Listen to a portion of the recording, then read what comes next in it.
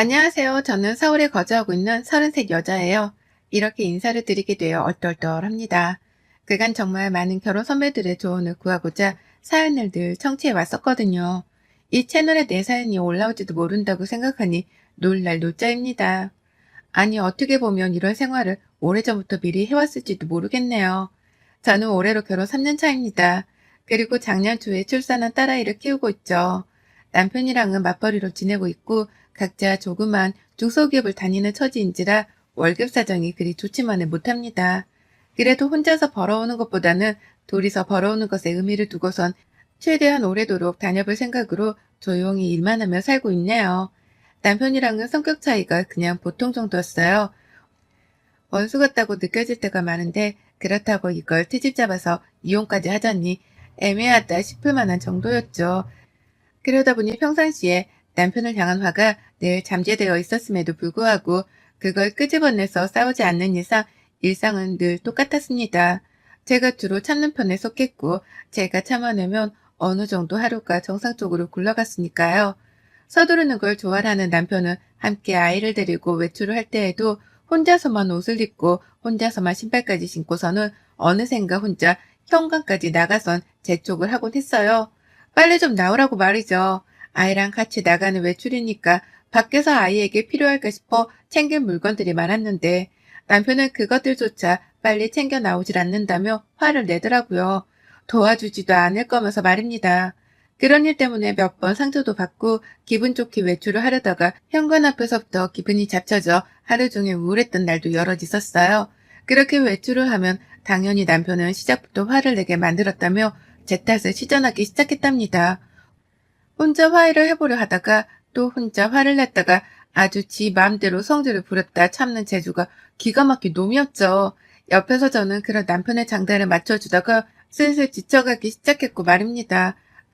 저를 전혀 존중하는 것 같지도 않고 성질만 급해서 뭐가 좀 답답하거나 늦어지기라도 하면 기다렸다는 듯이 화를 내는 성격. 그거 정말 뜯어 고쳐주고 싶은 마음이 굴뚝 같았는데요. 아무리 노력하고 화를 내도 또 그러지 말라고 똑같이 행동을 해버려도 고쳐지지 않더라고요. 그래서 저도 나름 알아냈습니다. 남편의 성격이 왜 이 모양 이 꼬라지인가에 대해서 와이프로서 한참을 고민하고 지켜본 끝에 알아냈죠. 그건 바로 핏줄 때문이라는 걸 말입니다. 남편의 성격은 시아버지를 복불복 해놓은 것처럼 아주 똑같았어요. 성질을 아무 때나 부리고 성격만 급해서는 뭐든 빨리빨리 해야 하는 그 개떡 같은 성격을 말입니다. 시아버지도 시댁에 가면 남편이랑 똑같은 행동을 해가면서 그 나이가 되도록 시어머니를 못 잡아먹어 안달이셨죠. 처음엔 며느리가 앞에 있는데도 불구하고 큰 소리로 시어머니를 부른다거나 자신이 화가 났다는 걸 고함을 치며 어필하려고 하는 시아버지의 행동에 소스라치게 놀랐었습니다. 뭐 저런 교양 따윈 밥 말아먹은 아저씨가 다 있나 싶었거든요. 아무리 며느리가 편하다고 할지라도 이제 막 결혼해서 들어온 새 식구인데 그런 식구 앞에서 기존의 식구들에게 소리치고 화내고 성질을 부리는 게 정상 같아 보이진 않았습니다. 문제가 많은 시아버지라는 걸 단박에 알아챌 수 있었죠. 그리고 그런 시아버지의 행동에 당하고 상처받던 시어머니가 조금은 애처롭게 보이기도 했었습니다. 평생 저런 남편 옆에서 소리나 질림당하며 살아오셨을 텐데 속이 정말 말이 아니겠구나 싶어 걱정이 되었거든요. 남편이 저한테 보이는 자잘한 성질 부림도 충분히 저한텐 상처를 줄 만한 것들이었는데요. 그보다 더한 성질을 부려가며 시어머니를 닥달해 대는 시아버지를 보니 시어머니가 받으셨을 상처는 내 것보다 훨 클 것이라 짐작했습니다. 그래서 처음엔 그런 어머님을 제가 보듬어 드려야겠다 싶었어요. 이왕이면 성격이 잘 맞을 것으로 보여지는 어머님이랑 둘이서 따로 자주 만나 조용히 힐링을 하는 시간도 갖고 서로의 남편으로부터 당하는 힘든 점들에 대해서 공유하고 공감을 하며 스트레스라도 풀고자 했습니다. 이런 얘기는 남들 앞에서 쉽게 할 수 없잖아요.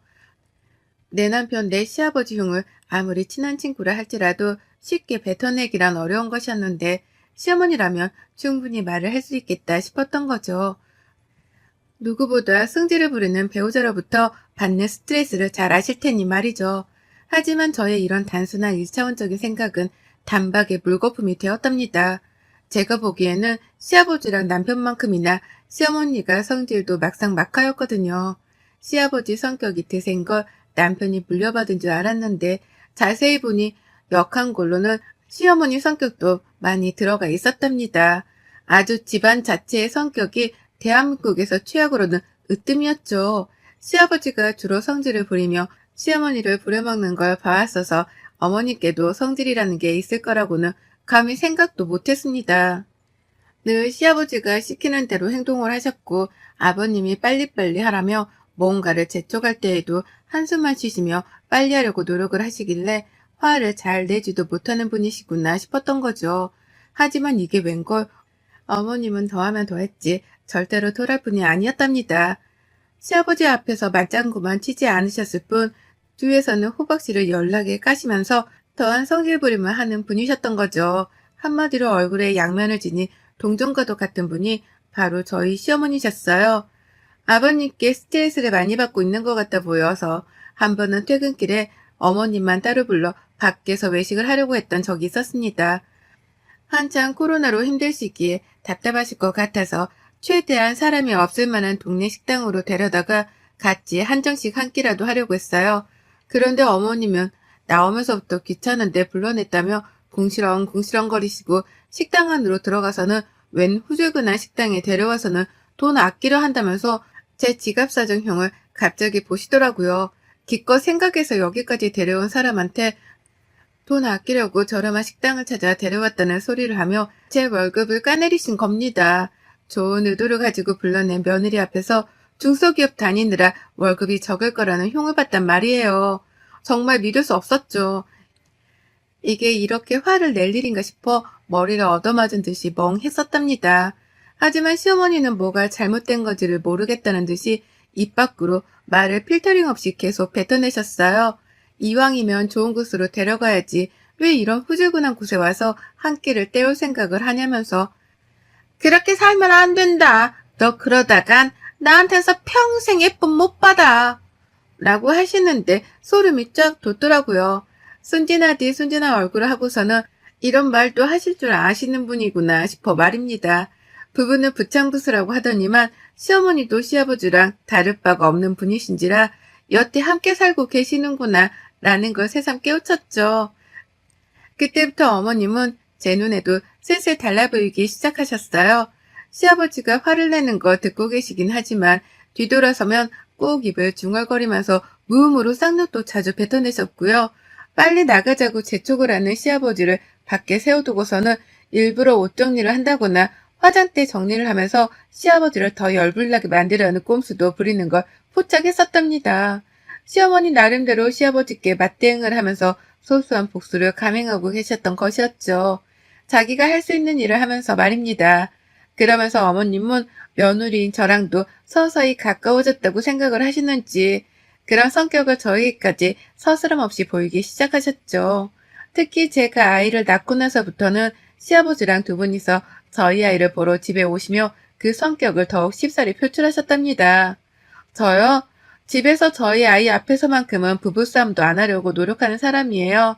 불필요한 남편과의 언쟁 따위도 웬만하면 참다가 안방에 들어가서 자기 전에 조용히 말을 꺼내고 싶어 하는 사람이 저입니다. 얘한테 부부가 어른답지 못한 모습을 보이면서 괜한 긴장감을 안겨주고 싶지 않았으니까요. 다행히 이런 점에서는 남편이랑도 뜻이 잘 맞아서 저희 부부는 정말 웬만하면 참다 안방 아래서 소리를 낮추고 부부싸움을 해대는 편이었어요.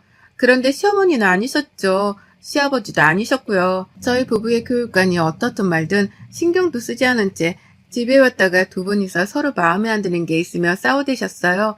먼저 시작은 늘 시아버지가 빨리빨리 행동하라고 말을 하시면서부터였고 그러면 시어머니는 더욱 굼뜨고 말 안 듣는 태도를 취하시면서 시아버지 화를 돋구시고 그러면 또 아버님이 화를 내고 어머님은 더 굼뜨게 행동하며 화를 돋구고 이 반복되는 악순환이 커지고 커지다가 결국 두 분이 서로 소리를 지르고 욕을 써가면서 싸움을 키우셨답니다. 그러면 저는 급하게 아이를 데리고서는 방 안으로 들어가고 남편은 두 분을 뜯어 말리다가 두 분 모두 다 집 밖으로 내보내는 극한의 결정을 하곤 했죠. 그래도 저는 다 참을 수 있었어요. 나하고 큰 소리를 내면서 치고받고 싸우는 게 아니니까 최대한 시부모님을 안 보고 살면 그만이었습니다. 최대한 안 보고 살고 곁에 안 두고 사는 게 최선이라 생각을 했죠. 하지만 시부모님이 돌아가고 나면 꼭 남편이 분에 못 이긴다는 듯 짜증을 부리며 화를 내곤 했고, 그걸 제가 또 피해봐야 했습니다. 가뜩이나 기분이 나쁜데 남편 때문에 더 나빠졌달까요? 그리고 무엇보다도 시어머니가 정도를 넘어서 제 친정 식구까지 피해를 보게 하며 저는 더 이상 참고만 사는 가만히가 될 수 없었답니다. 제 여동생이 피해를 봤거든요. 여리디 여린 우리 집 순둥이가 말이죠. 저 여동생은 대기업에 다닙니다. 좋은 회사에 다니고 월급도 정말 잘 받아서 저보다 4살이 어리지만 너무나 부러울 정도로 당당하고 잘 사는 아이였어요. 그런 와중에 성격은 또 얼마나 순둥이스럽고 이쁜지요. 저는 어릴 적부터 제 여동생이 내 자식 마냥 챙겨야 할 존재였고, 또 제품을 꼭 끼고 다니며 둘도 없이 좋아라 했던 제 절친이었습니다. 그건 여동생도 마찬가지로 생각했고요. 그런 여동생이 얼마 전까지 자취를 하다가 아주 잠깐 이틀 동안 저희 집에서 하숙을 하게 되었습니다. 갑작스러운 결정이었지만 어쩔 수 없었어요. 여동생네 자취방에 위층에서 아래로 물이 새는 바람에 집을 뜯어고쳐야 했거든요. 호텔이라도 잡아서 들어가야 할 것 같다는 애를 그냥 보낼 수가 없었습니다. 그래서 당장 저희 집으로 오라고 했고 남편도 그러라고 했어요. 못하러 가까이 사는 가족집을 놔두고 호텔에 들어가려 하냐면서 말이죠. 그렇게 여동생은 저희 집에 왔고 저희 부부를 포함해서 여동생까지 다 출퇴근하는 직장이었는지라 낮은 내내 집이 비어있다가 저녁이 되어서야 다 같이 다시 만나곤 했습니다.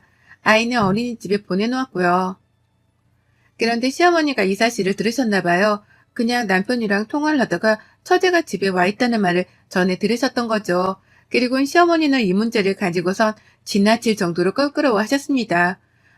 처제가 한 집에서 지내고 있다는 얘기를 듣고 무슨 더러운 생각을 하셨는지는 모르겠지만 굉장히 민감하게 반응을 하며 제게도 연락을 해오셨어요.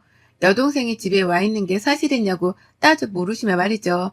그리고는 사실이다 라고 대답하는 제 말에 마치 시아버지께 날리던 것처럼 무음으로 욕 같은 비슷한 말을 한숨처럼 쉬시더라고요. 정말 깜짝 놀랐습니다. 이게 이렇게 시어머니의 비유를 상하게 할 만한 일인 건가 싶어서 기분이 더러웠거든요. 그렇게 통화를 끊고 나서 하루 종일 일이 손에 잡히지도 않고 마음도 별로고 참 기분이 더러웠는데, 집에 갔더니만 시어머니가 집에 와 계시더라고요. 남편은 아이를 데리고 온다고 퇴근이 좀 늦었고, 제가 집에 도착했을 때에는 제 여동생이 시어머니랑 단둘이 얘기를 나누는 중이었습니다. 속이 딱 왔죠. 여동생이 무지하게 불편해하고 있다는 걸 말이죠. 얼마나 불편했음 소파에 앉아있는 시어머니를 마주보며 바닥에 앉아서 정체서로 있더라고요. 여동생 표정을 찬찬히 살피다가 바로 시어머니 들으라는 식으로 말을 걸었습니다. 너 그러고 뭐하고 있어? 바닥엔 왜 앉아? 너 혼나고 있었니? 라고요. 딱 꼴이 혼나는 것처럼 보이던 바람에 저도 덩달아 기분이 더러워서 여동생에게 쏘아대듯 물었습니다. 내가 내 여동생을 직접 혼내는 건 괜찮지만 피 한 방울 안 섞인 생판 남인 내 여동생에게 혼을 낸다거나 막말을 퍼붓는 것은 절대로 눈 뜨고 못 볼 일이었으니까요. 그러자 여동생은 이 언니의 마음을 충분히 안다는 듯 대답을 했어요. 아, 내가 여기 오면 안 되는 거였는데 라고 말이죠. 순간 피가 거꾸로 솟더라고요. 시어머니가 여동생한테 집에 온 걸 문제 삼은 게 분명해 보였으니까요. 설마 내 여동생한테 집으로 돌아가란 개소리를 씹으렸나 싶어서 눈깔이 막 돌아가려는 그참에 시어머니가 또다시 시아버지께 하던 행동을 보이셨습니다. 눈앞에서 대놓고 화를 내거나 목소리를 높이는 건 절대로 아닌데 이 모양으로 소리를 내면서 묵음으로 욕을 내뱉는 그 행동을 저랑 제 여동생 앞에서 보이신 거예요. 기생충이야 뭐야? 라고 하면서 말입니다. 그 순간 기생충이라는 단어를 듣는 그 순간 알 수 없는 분노가 제 온몸을 휘감았습니다. 내 집에 와서 내 자식 앞에서 부부싸움을 하실 때에도 제가 죽자 살자 참아가며 성질을 죽였었는데요. 이번만큼은 이 분노가 참아내지질 않더라고요. 확 열이 한 번 받아서는 머리가 새하얘졌습니다. 그리고 본능적으로 되물었어요. 뭐라고요? 기생충? 라고 말이죠. 여동생은 제가 빡친 걸 직감했는지 언니 나 갈게. 그냥 내가 가면 돼. 라고 하면서 최대한 싸움을 말리려고 했습니다. 그게 최선이라고 생각을 한 거였죠. 하지만 전 아니었어요. 평생 시어머니라 부르면서 얼굴을 마주보고 살아야 하는 아줌마 입에서 내 여동생을 향해 기생충이라는 단어가 튀어나왔다는 걸 그냥 두고 보고 넘길 수 없었답니다. 이제라도 안 보고 살거나 이제라도 따끔하게 홍군형을 내주고 길을 눌러주거나 둘 중 하나는 해야겠다 싶었어요. 그래서 감히 내 여동생에게 퍼부은 그 막말의 대가를 그 자리에서 치러드려야겠다 마음 먹었죠. 지금 당장 사과 안 하면 어머님한테도 기생충 한 마리 안겨드릴 테니까 생각 잘 하세요. 사과하세요. 당장 사과하세요. 라고 말을 했습니다. 시어머니 얼굴은 이미 불만이 가득하던 표정이었고 사과? 그런 것 따위는 할 마음이 없다는 듯이 자기가 뭘 잘못했는지 모르겠다는 말을 해가면서 눈가를 위로 굴려대더라고요. 꼴의 자존심은 있다고 며느리 앞에서 잘못한 걸 사과하지 않겠다. 콧대 세운 겁니다. 그러니 어쩌겠어요? 말도 안 통하고 마주하고 싶지도 않은 이 꼴불견 시어머니께 평생 속죄하도록 벌을 안겨드려야겠다 싶었죠. 바로 손절을 때렸습니다. 사과 안 하실 거죠? 안 하셔도 돼요. 근데 안 하실 거면 제 입에서 어머님 소리는 못 들을 각오는 하셔야죠. 나가세요. 당장 내 집에서 나가. 라고 막말을 뱉어버렸어요. 존댓말? 그딴 애입 따위는 차리고 싶지도 않았습니다. 당장 내 집에서 나가라며 제 여동생이 보는 앞에서 시어머니께 면박을 주면서 쫓아내버렸어요. 어머님은 남편한테서 듣던 호통을 며느리한테서까지 들었다는 게 열불이 났는지 환멸이 난다는 표정을 지으며 궁시렁대다 집을 나가버리셨고요. 그리고 전 그날까지도 남편 앞에서는 아무런 티를 내지 않았지만 여동생이 집수리를 마치고 자취방으로 돌아가자마자 기다렸다는 듯이 남편과 관계 정리를 했습니다. 네, 이혼을 하겠다고 선포를 했어요. 갑자기 이혼이 웬 말이냐면서 남편은 믿지도 않으려 하고 그러다 결국 체념하고서는 그러지 말라며 이혼 소리를 찢어버리며 절 붙잡더라고요. 본인이 직접 상황을 보지 못했기 때문에 이게 왜 이혼 사유가 되는지 이해가 안 된다는 말을 섞어가면서 말이죠. 하지만 전 남편이 제 마음을 이해해주길 애초부터 바라지도 않았기에 남편이 무슨 말을 하건 계속해서 이혼 소리를 들이밀었습니다. 새로 뽑아서 새로 들이밀게 반복하다가 결국 끈질긴 노력 끝에 도장을 받았죠.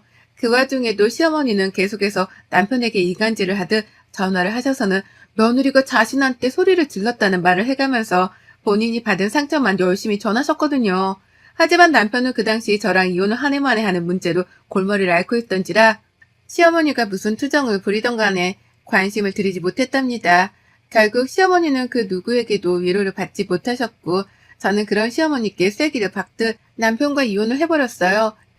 이혼 서류를 제출하던 날 저는 시댁을 찾아갔죠. 사과를 하러 온 줄 알았는지 저를 보고서도 어머님 고개는 빳빳하더라고요. 남편이 차마 시부모님께 이혼하게 되었다고 말을 못 전한 건지 아무도 저희 부부의 소식에 대해서 아는 게 없어 보였답니다. 그래서 저는 더욱 통쾌한 마음으로 먼저 말씀을 드렸어요. 이틀 지는 제 여동생한테 기생충이라고 하셨죠? 진짜 기생충이 뭔지 제대로 보여드릴까요? 어머님 옆에서 평생 기생하고 살 기생충 한 마리 곧 보내드리려니까 기다리고 계세요. 라고 말입니다. 뭔 말인지 이해를 할 수 없다는 듯이 어머님은 답답하던 표정과 함께 여전히 건방지다며 제 태도를 문제 삼고는 화를 내셨는데요. 전 그런 시어머니를 길리는 강아지 마냥 바라보며 한심하단 듯이 고개를 절레거리다가 먼저 시댁을 나와버렸습니다. 어머님이 그냥 가는 거냐며 막 저를 불러 제끼셨는데 저는 그 부름을 싸그리 무시했어요. 들은 척도 안 한 채로 시댁을 나왔고 그날 어머님은 남편으로부터 저희 부부가 이혼을 한다는 소식을 마침내 전해 들으셨답니다. 제가 한 말이 계속 마음에 걸렸던지 남편한테 전화를 해서 무슨 일이 있는 거냐고 막 퍼부으셨던 모양이더라고요. 그러니 남편은 이혼한다는 말을 해버렸고 그 바람에 어머님도 상황 파악을 하신 거였죠. 며느리가 말한 그 기생충이 바로 자신의 나이 먹은 아들이란 사실을 말입니다.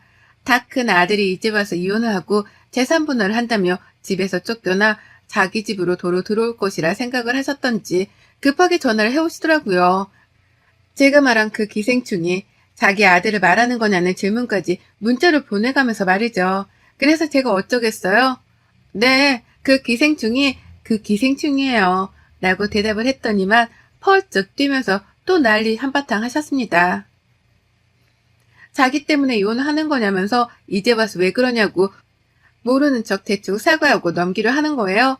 그래서 약이 올라 어머님 때문에 어머님 아들이랑 이혼해요. 제 여동생한테 기생충이라 하신 거 아직 사과 안 하셨죠? 저도 어머님 아들 기생충으로 보내드리는 것에 대해서 사과할 생각은 없으니까 어디 한번 옆에 끼고 잘 키워보세요. 어머님 기생충 곧 어머님 댁으로 들어갑니다. 라고 말씀드리고 전화를 끊었네요. 남편이랑은 합의 따위는 없다며 바로 재산분할도 들어갔고 꼴랑 몇백씩 벌어오는 직장인들이었지만 가지고 있던 전세금이랑 그간 모아둔 생활금까지도 싹 다 분할을 해버렸습니다. 제가 아이를 키우는 조건으로 혹시나 싶어서 양육비 소송을 걸 준비를 하자 남편은 왜 이 문제를 소송까지 가려 하냐면서 벌벌 기며 양육비를 주겠다고 자진해서 합의를 해오기 시작했어요. 시작은 비록 시어머니와 막말 한마디 때문이었지만 어떻게 보면 결국 저희 부부는 이혼을 할 팔자였던 것 같습니다. 원체 서로 맞지도 않고 또 시어머니의 시아버지까지 성격이 하도 별나서 제가 받던 스트레스가 이미 한도를 초과했거든요. 이왕 이렇게 된 거 저는 기생충이라는 말을 듣기까지 한 제 여동생한테 사과를 하며 혼자서라도 스트레스를 덜 받고 살아볼까 해요. 이왕이면 성격 별난 사람들 옆에서 멀리 떨어져서는 온순하게 제 성격대로 살아보고자 최선을 다할 겁니다. 그간 정말 드세고 급한 성격의 시댁 것들 때문에 별별 눈치를 다 보고 살았는데 이제서야 숨통이 트입니다. 이 시원한 기분을 그대로 사연에 담았는데 구독자님들도 똑같이 느껴주셨으면 좋겠네요. 혼자서 키울 아이를 생각하면 막막하지만 그 어느 때보다 주변 사람들의 응원을 받아가며 힘차게 새 출발을 준비하고 있습니다. 그 기운 담아서 좋은 말 가득했으면 좋겠어요. 여러분의 생각은 댓글로 남겨주세요. 오늘도 시청해 주셔서 정말 감사합니다.